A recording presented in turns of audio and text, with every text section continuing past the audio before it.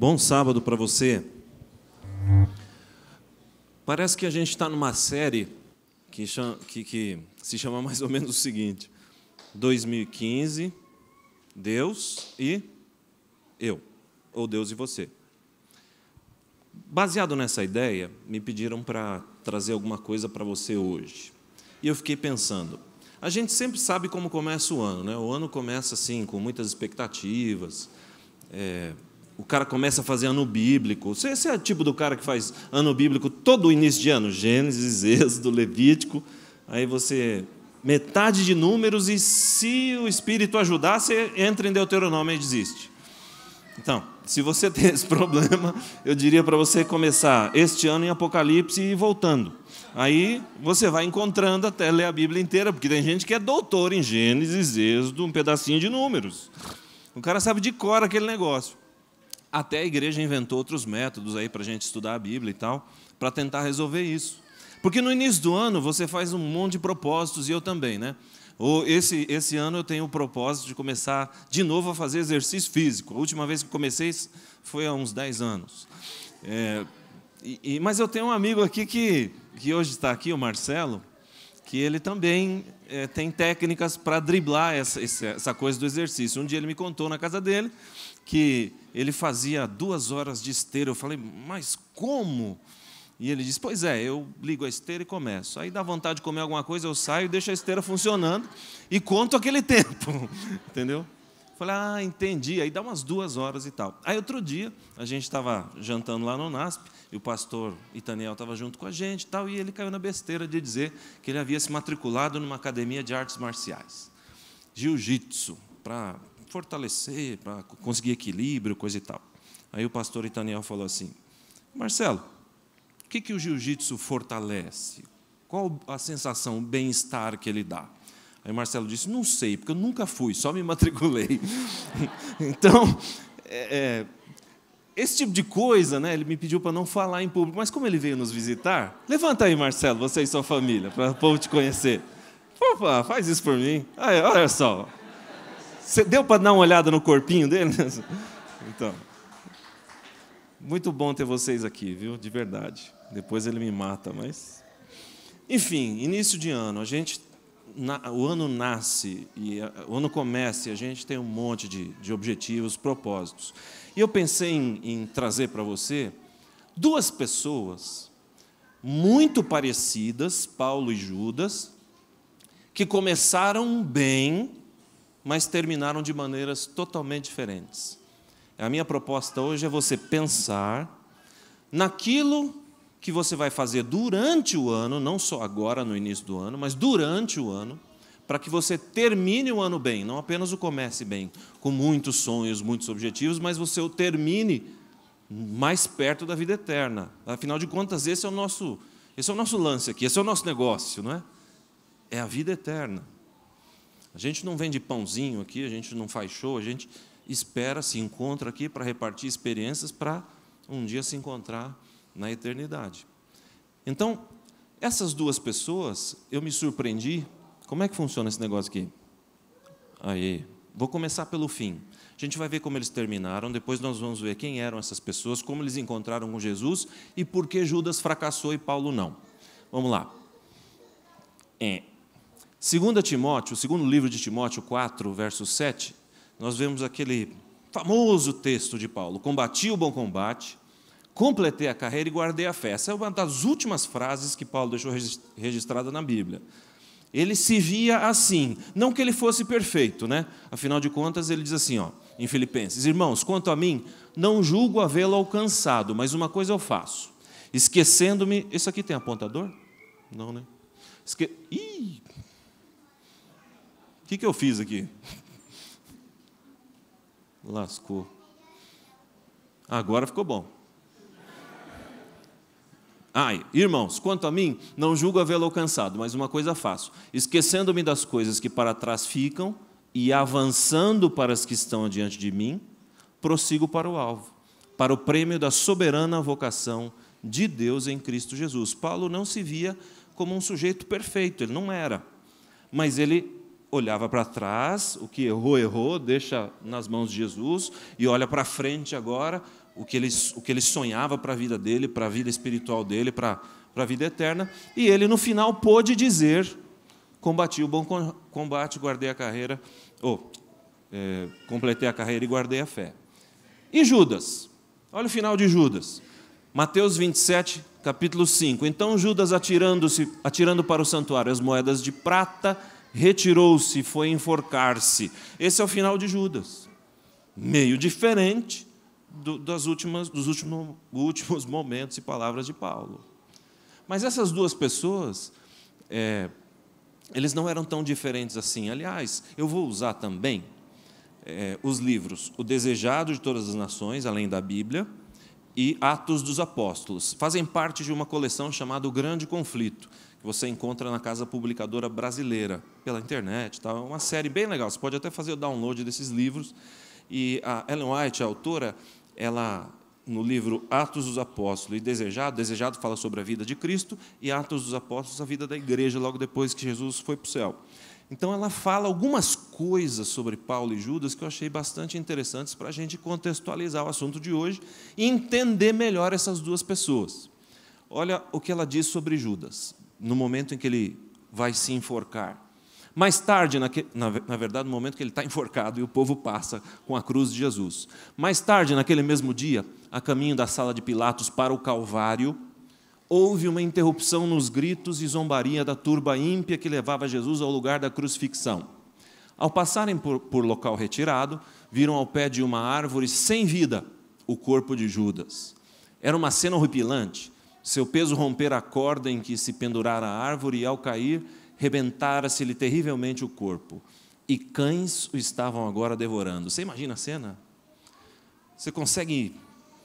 Eu, honestamente, quando li esse negócio, fiquei pensando que maneira triste de terminar, hein? Fala a verdade.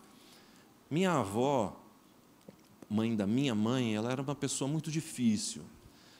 Teve uma criação muito difícil, enfim, é muito detalhe para contar aqui, mas ela era uma pessoa muito difícil. Mas, ao longo da vida, eu me lembro, como se fosse hoje, ela foi melhorando, vamos dizer assim, se tornando uma pessoa mais carinhosa, mais paciente, ao ponto de, pertinho da sua morte, eu não aguentava mais de tanto beijo que ela me dava. Então, e para beijar uma criança como eu não era fácil, sinceramente, era terrível. Mas ela foi se tornando uma pessoa cada dia mais amável. Ela não sabia ler nem escrever, meu avô lia a Bíblia para ela, ela tinha fé naquilo que ele... Oh, meu Senhor! Ela tinha fé naquilo que ele mostrava para ela, e ela foi se tornando uma pessoa melhor. E no último dia da sua vida, antes do último suspiro, minha mãe estava junto a ela, e ela disse assim: filha, Deus é maravilhoso, eu estou em paz. E respirou e não voltou mais.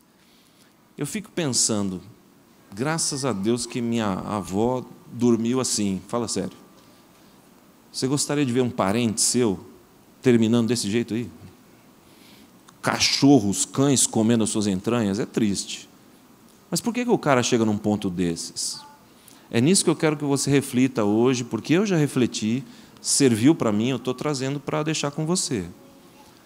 A gente está começando 2015, como que a gente vai terminar? Bom, os seus restos foram imediatamente enterrados e ocultos às vistas.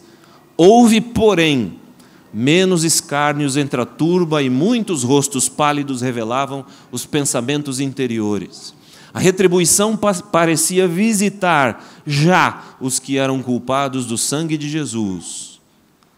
As pessoas entenderam o que havia acontecido, e isso fica como lição para a gente pensar, como que a gente quer terminar. Mas, enfim, quem é quem?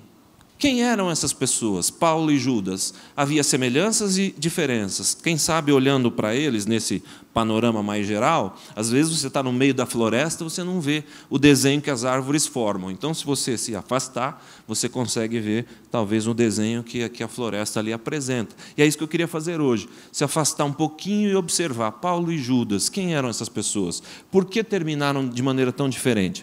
Bom, para começar, eu já adianto que eles eram muito semelhantes. Tinham talentos, como você vai ver, muito parecidos. Eram pessoas de muita capacidade intelectual, capacidade de falar com o público, etc. e tal. Vamos ver. Primeiro em Filipenses 3, 4, quem era Paulo? 3, 4 a 6. Quem era Paulo? Bem que eu poderia, isso ele mesmo dizendo, bem que eu poderia confiar também na carne, diz Paulo. Se qualquer outro pensa que pode confiar na carne, eu ainda mais. Quando ele diz confiar na carne, é confiar em si mesmo, né? No ser humano, no homem. Ele foi circuncidado ao 8º dia, isso é importante porque ele cumpria a lei dos judeus. Era da linhagem de Israel, era judeu de verdade, né? Porque eu sou alemão genérico, né? Mas ele era judeu de verdade. Era da tribo de Benjamim, hebreu de hebreus, quanto à lei fariseu, perfeito. Quanto ao zelo perseguidor da igreja, quanto à justiça que há na lei, irrepreensível. Esse é Paulo. Que mais?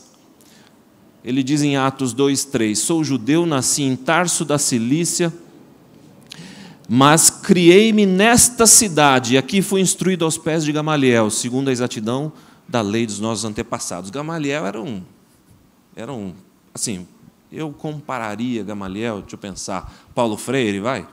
Alguém bem conhecido assim, um teórico, um cara inteligente, sabia muito, pegava a informação e elaborava. Um professor que qualquer um de nós gostaria de ter, ser educado aos pés de um cara desse.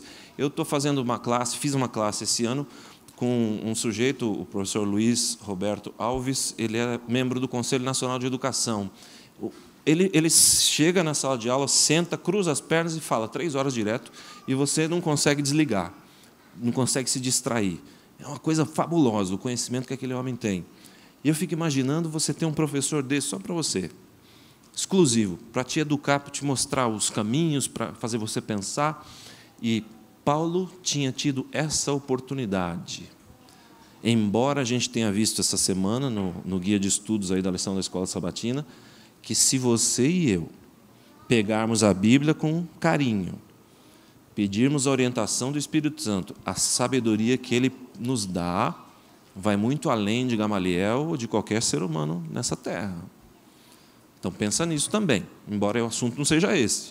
Mas Paulo era um homem educado, um homem corajoso, independente, diz Ellen White no livro Atos dos Apóstolos, perseverante, talentos e preparo que ele tinha, tê-lo-iam capacitado a servir quase em qualquer atividade. Já pensou alguém olhar para você e dizer assim, olha, esse camarada pode fazer quase qualquer coisa que ele quiser. Ele pode dar certo na administração de uma empresa, ele pode ser bom tesoureiro, ele pode ser bom professor, ele pode ser um bom pastor, ele pode ser um bom engenheiro, ele pode ser o que ele quiser. É isso que Ellen White diz sobre Paulo. Ele podia servir em quase qualquer coisa que ele quisesse, de tão preparado que era esse homem. Por seu fulminante, era capaz de arrazoar com clareza extraordinária, falava muito bem, e por seu fulminante sarcasmo podia colocar o adversário em posição nada invejável. Você não gostaria de discutir com Paulo. Esse era Paulo. E Judas? No livro Desejado de Todas as Nações, página 294, a Bíblia não dá muitos detalhes sobre Judas, então fui ver o que essa escritora Ellen White diz. E olha que interessante, os discípulos estavam ansiosos por que Judas fosse contado entre eles. Ele tinha uma imponente aparência, dotado de perspicácia e habilidade executiva, era bonito e sabia administrar. Eles o recomendaram a Jesus como pessoa que lhe seria de grande utilidade na obra.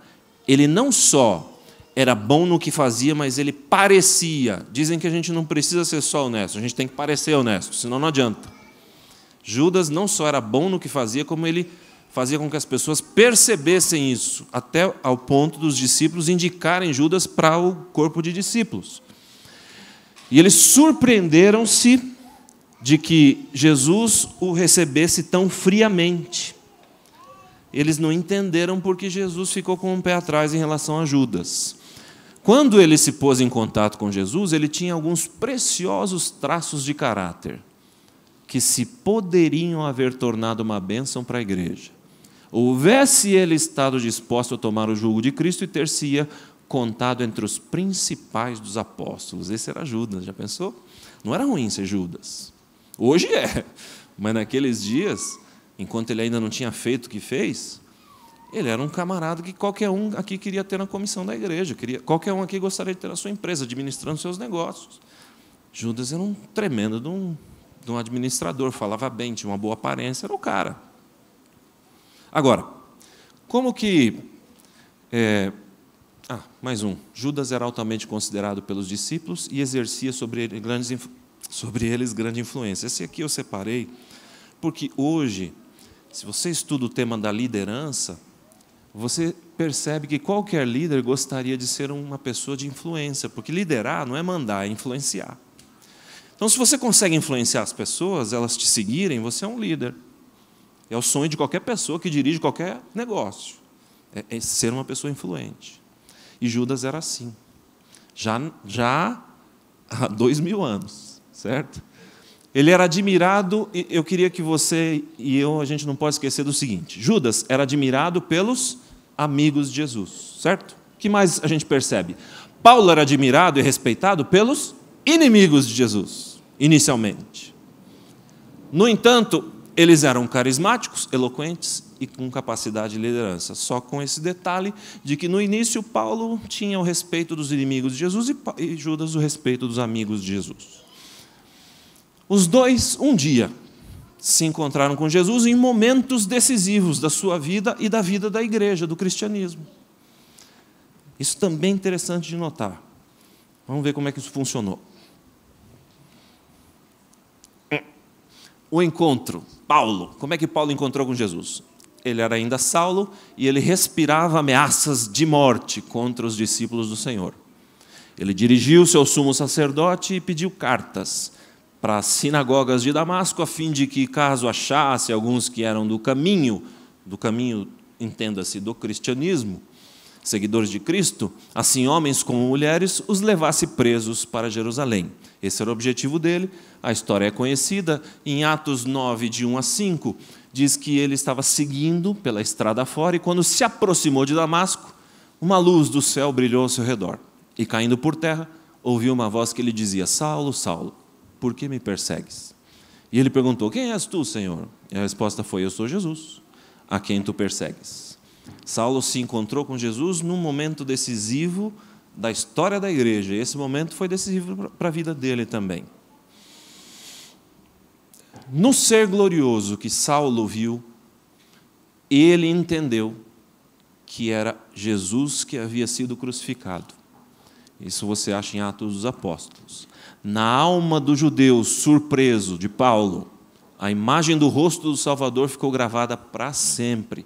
As palavras faladas lhe atingiram o coração com uma terrível força. Paulo, ao se encontrar com Jesus, sentiu os efeitos e absorveu, aceitou os efeitos do encontro com Jesus, as impressões que teve, a mente e as emoções, enfim, o ser humano Paulo ali mudou quando se encontrou com Jesus, reconheceu que aquele ser glorioso era a pessoa de quem ele falava mal, a quem ele perseguia os seguidores, etc. e tal. E Judas? Como Judas se encontrou com Cristo? Foi sob as protetoras, desejar todas as nações, páginas 290, 291. Foi sobre as protetoras árvores da encosta da montanha, um pouco distante do mar da Galileia, que Judas chamou os 12 para o apostolado e proferiu o Sermão do Monte. O primeiro passo devia ser dado agora na organização da igreja, que após a partida de Cristo o devia representar na terra. Esse era um momento importante, certo? Enquanto Jesus estava preparando os discípulos para a sua ordenação, um que não fora chamado se esforçou para ser contado entre eles. Foi Judas Iscariotes, que professava ser seguidor de Cristo. Lembra que ele foi indicado pelos discípulos? Esse é o cara, Jesus. Jesus não chamou Judas, ele o aceitou.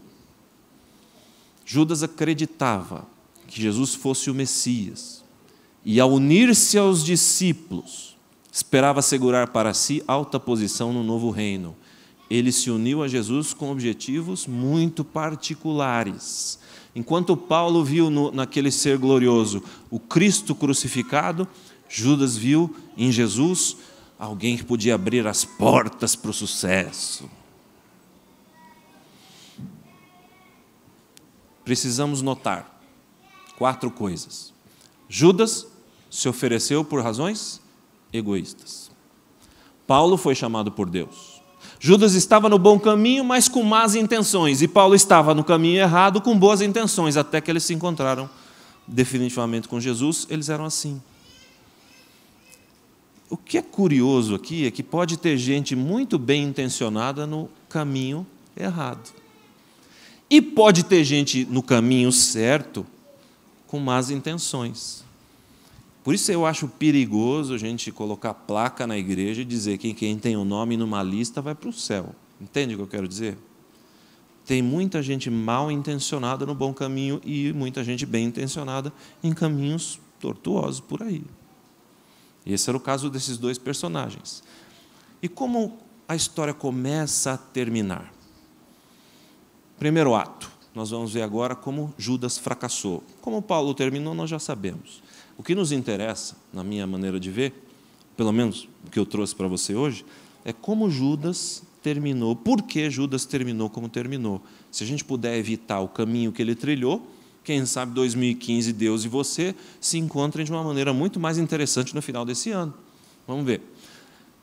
Um dia, Jesus fez esse discurso, e foi um discurso muito duro na sinagoga, onde ele falou ali. As pessoas que ouviram ele dizer essas palavras, quem comer a minha carne, beber o meu sangue, tem a vida eterna, e eu vou ressuscitar no último dia, muitos dos seus discípulos, nesse momento, entenderam. Bom, uns não entenderam nada. Os escribas e fariseus começaram, diz a Bíblia, a perguntar assim: que negócio é esse, comer a carne e o sangue desse cara? Ele está louco? Comer a carne e beber o sangue? Ele está maluco? Os discípulos entenderam: esse negócio não é para mim, e muitos foram embora. Nessa ocasião, Jesus perguntou para os 12: e vocês? Também querem ir embora? E Pedro disse a famosa frase: para onde iremos, Senhor, se não for aqui contigo? E tal.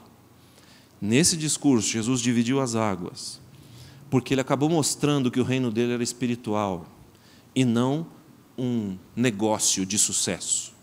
O negócio de Jesus, como nosso negócio aqui, é a vida eterna. Não é comércio de nada. Não é sucesso. Esta igreja não promete para você que se você der alguma coisa para Deus, Deus vai te dar sucesso, vai te dar o carro, vai te dar a casa dos seus sonhos. Essa teologia da prosperidade, com todo respeito, é mentirosa, ela não existe. Existe sim a promessa que Deus cuida da gente, nos abençoa se a gente é fiel. Isso eu experimento na minha vida. Sem medo de errar, eu falo para você, é verdade. Ele cuida. Na minha experiência, pelo menos, Ele nunca me deu nada além do que eu preciso, mas sempre eu tenho o que eu necessito. É uma coisa impressionante. E nesse momento, Judas entendeu que Jesus Cristo não era aquilo que ele queria, ou aquilo que ele esperava.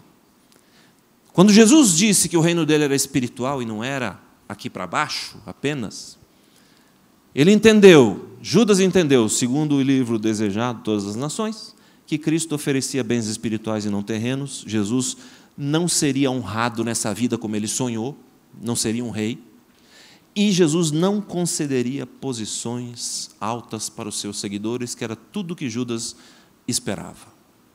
No momento em que Jesus fez aquele discurso na sinagoga, Judas entendeu tudo isso. E daí? Qual foi a decisão dele? Segundo o Desejado, página 719, ele decidiu não se unir a Jesus tão intimamente que não pudesse se retirar depois. Será que tem gente na igreja que nunca se une a Deus tão intimamente para não ter que se expor no emprego, para não ter que se expor na faculdade, para não ter que parecer cafona, quadrado, idiota, exagerado, fundamentalista? Será que tem gente que não se une a Jesus totalmente para não passar vergonha por aí, ou não ser pressionado? Eu não sei. Mas Judas nunca se uniu a Jesus de modo que depois ele não pudesse voltar atrás. Ele calculou o seu relacionamento com Jesus. Que mais? Segundo ato. Na casa de Simão, Jesus estava ali, e muita gente ali naquela festa, foi a ocasião em que ele foi ungido com perfume. E ali naquele lugar, segundo João capítulo 12, de 4 a 7, Judas é repreendido por Jesus. Olha como é que é a história. Judas Iscariotes, um dos seus discípulos, o que estava para traí-lo, disse: por que não se vendeu esse perfume por 300 denários e não se deu aos pobres? Lembra do evento? A mulher pecadora foi lá em agradecimento a Jesus e derramou perfume nos pés dele. Em outro evangelho diz que ela derramou sobre os cabelos dele. Uma coisa caríssima. Imagina, hoje você pegar aí... Eu não entendo muito desse negócio, porque eu só uso Avanço, mas você imagina perfume francês aí, sei lá, Carolina Herrera, enfim, Chuanchu, sei lá. Você pega um troço desse, que aqui no Brasil deve custar uns 300, 400 pau, né, um pequenininho, e você vai lá e derrama no pé do camarada e enxuga o pezinho dele com seus cabelinhos. Que lindo. O que Judas pensou?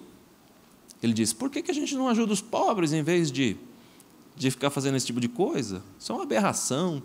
Mas João, o evangelista, na onisciência que ele tinha pelo Espírito Santo, ele diz que Judas, ele disse isso não porque ele tivesse cuidado dos pobres, mas porque era ladrão. E, tendo a bolsa, tirava o que nela se lançava. Jesus, entretanto, disse: deixai-a, ele defendeu Maria, que ela guarde isso para o dia em que me embalsamarem. Jesus, com luva de pelica, repreendeu a Judas, certo? Judas, deixa, isso vai ser útil, um dia vão me embalsamar, vocês vão me ver morrer. Ela está me homenageando, o nome dela vai ser conhecido no mundo inteiro. E claro, a messianidade, a divindade de Jesus seria proclamada no mundo inteiro. Isso é uma coisa digna de reis, enfim. Aquele ato, naquele momento, não era desperdício. Era útil para a história da cruz. Era útil, segundo Jesus. Mas Judas queria os 300 denários, salário de um trabalhador braçal de um ano, 2015 todinho. O trabalhador braçal ia ganhar 300 denários. Judas queria pôr isso na bolsa porque ele era ladrão e tirava dali o que nela se lançava. Mas quando Jesus o repreendeu, alguma coisa brotou no coração dele. Primeiro, ele ficou com orgulho ferido, segundo o desejado, página 720, orgulho ferido e desejo de vingança. Não vai ficar assim. Você sabe que o desejo de vingança, o remorso, o rancor, é aquela história, você toma veneno esperando que o outro morra. Não funciona. E Judas saiu dali com o eu ferido. Aliás, o eu foi o negócio que fez Lúcifer se transformar no diabo, né? O eu. Parece que, se não todos os pecados, a maioria deles estão relacionados com eu. O que eu quero, o que eu posso, o que eu preciso. Eu, honestamente, tenho medo que falte água em São Paulo, porque nós estamos na época do eu mais do que nunca. Vai sair morte aí na rua se tiver que disputar água. Porque eu. Quem é que vai ter paciência para dividir? Imagina. Bom, mas enfim, espero que não aconteça. Mas o eu, no momento de crise, ele fala muito alto. E Judas, com orgulho ferido, o eu, desejo de vingança, não, isso não vai ficar assim, vou dar o troco. Ele saiu dali disposto a fazer o que ele tinha alimentado no coração durante toda uma vida. Dominou, diz Ellen White, a ganância com que por tanto tempo condescendera. Ele conviveu com a ganância durante muito tempo. E ele foi dominado pela ganância, e essa será a experiência de todo aquele que persistir em contemporizar com o pecado, seja ele qual for. Os elementos de depravação a que não se resiste, ou que não são vencidos, correspondem à tentação de Satanás, é a alma levada cativa à sua vontade. Isso é muito sério, e é a mais pura verdade. Na minha vida já aconteceu, na sua já deve ter acontecido. Aquilo que a gente não resiste, a gente se entrega facilmente, uma hora nos domina. E o preço é alto. É alto. Às vezes é a saúde, às vezes são os amigos, às vezes é a reputação, depende da ação. Enfim, mas pecado é tudo pecado, né? E mata a gente, sim, por dentro, antes da morte eterna. E esse negócio me fez entender o primeiro segredo para o fracasso de Judas. E talvez seja o primeiro segredo para o nosso sucesso. Não conviva com o pecado. Vence esse negócio, porque senão uma hora ele vai te vencer. E se o diabo tem virtude, uma delas é a paciência. Ele não está preocupado se vai te derrubar agora, quando você tem 19, 20 anos, ou quando você tiver 70. Para ele, tanto faz. Se você for para o inferno, é que está valendo. O diabo é o tipo do ser que, se você fizer concerto com ele, fizer parceria com ele, fizer tudo o que ele manda, no final, ele ainda te mata dando risada. Eu estou dizendo isso porque a Bíblia diz isso. Romanos 6, 23. Porque o salário do pecado é a morte. Faz tudo o que o seu patrão quer. Faz tudo que o diabo quer. No final, o que ele te dá como salário é morre, miserável. É isso. A gente não para pensar nisso, mas o fato é que pecar, além de deixar Deus desconfortável, além de fazer mal para os seres humanos que estão ao nosso redor, nos leva não só para a morte eterna, como nos dá o desprazer de receber o salário que o diabo vai nos dar, morte eterna. E quem não vencer o pecado como Judas não fez questão de vencer, conviveu com ele, um dia vai ser vencido. É como a história daquela mulher, tem que terminar, como a história daquela mulher, eu acho que eu já contei aqui, mas tem muita visita hoje, você que já ouviu, faz cara de manequim de shopping, finge que não está sabendo, e eu vou em frente. Diz que a mulher muito rica queria visitar a África, em especial ver alguns animais de perto, como os leões. Entrou no jipe e disse, é o seguinte, eu estou pagando, então eu quero ir sozinha, não quero ninguém me acompanhando, eu quero dirigir meu jipe. Tá bom, mas a condição é a seguinte, se o jipe quebrar, a senhora não para, a senhora a senhora não sai do carro, chama pelo rádio. Se acontecer qualquer eventualidade, a senhora chama a gente pelo rádio. Não abra janelas, não saia do carro em hipótese alguma. Tá bom, e foi. Você sabe que a gente é que nem criança, né? Só muda o tamanho. Se você já deu aula para adulto, sabe como é que é. Igualzinho quinta série, não muda nada. Só os tamanhos dos brinquedos. E a mulher foi. Diz que ela viu a girafa, o hipopótamo e tal. E quando chegou nos leões, tinha um ali em especial, que parecia um gatinho. Parece que ele sorria para ela. Aí ela chegou com o jipe perto. Ele começou a se esfregar na lata do jipe. Aí ela abriu o vidro um pouquinho, ele veio e deu uma cheirada. Ela pôs a mão no bigode dele, aí abriu um pouquinho mais. Aquilo era uma experiência que acho que ninguém teve no mundo. Ela ia voltar contando vantagem para todo mundo, não é? Aí ela arriscou, abriu mais o vidro e ele deu uma mordida na cara dela que deixou sua face desfigurada o resto da vida. Ainda bem que não morreu, quer dizer, eu não sei o que foi pior. Mas, onde eu li essa história, o camarada dizia que o pecado é igual. A gente abre a janela da alma, porque acha que ele é inofensivo, vai dar tudo certo.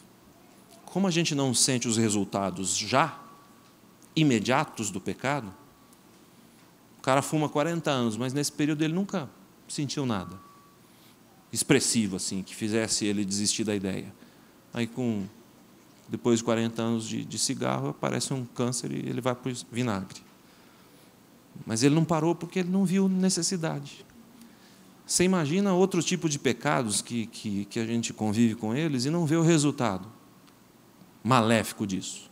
A gente vai se tornando mais atrevido e vai continuando. Abrindo a janela da alma até que ele entra e arregaça. Isso aconteceu com Judas. Então, o primeiro segredo para a gente talvez seja: não conviva com o pecado, resolve esse negócio pelo poder de Deus. Que mais? Judas amou demais esse mundo, nunca se envolveu o suficiente com Cristo, mas se envolveu muito com o pecado. Essa é a fórmula destrutiva. É isso que a gente tem que evitar em 2015, para que no final do ano a gente possa dizer: Deus, 2015 e eu andamos juntos e deu certo. Nós vamos errar, vamos tropeçar, vamos cair, vamos levantar. O cristão não está isento de dificuldade, sofrimento, mas ele evita, se for sábio, e se não fizer como Judas, evita muita desgraça que o mundo tem para oferecer. O início do ano a gente já conhece, mas o final, não.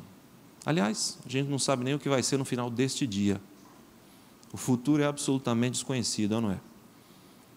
Então, quem sabe a gente comece hoje, agora, já, na oração que vamos fazer daqui a um instante. Quem sabe a gente comece um novo propósito de vencer o pecado, amar a Deus e dar um tempo para o mundo. Vive, trabalha, estuda, faz o que você tem que fazer, mas coloca Deus em primeiro lugar, leia a sua Bíblia, peça para Ele dar sabedoria, para Ele fazer você entender, saber viver aquilo no mundo de hoje, enfim. Para terminar, como vai ser o fim da nossa história? Eu separei de Ezequiel 18, 23. Por quê?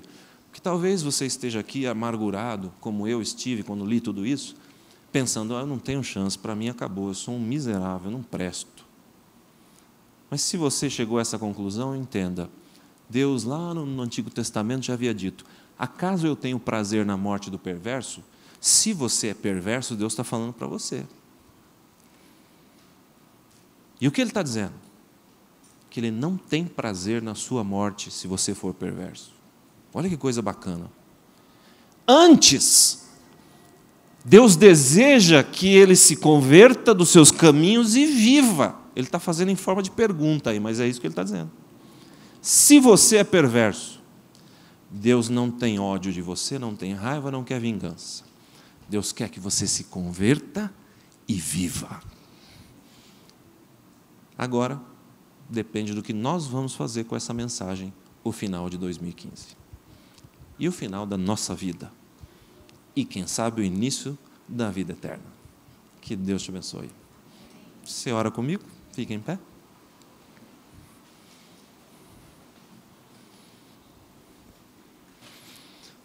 Deus grandioso, nosso Criador, obrigado pela revelação que fizeste aos seres humanos para que a gente pudesse saber o caminho para te encontrar, o caminho para viver eternamente, o caminho para vencer o mal, o caminho para sermos pessoas melhores aqui e podermos estar nas glórias da eternidade.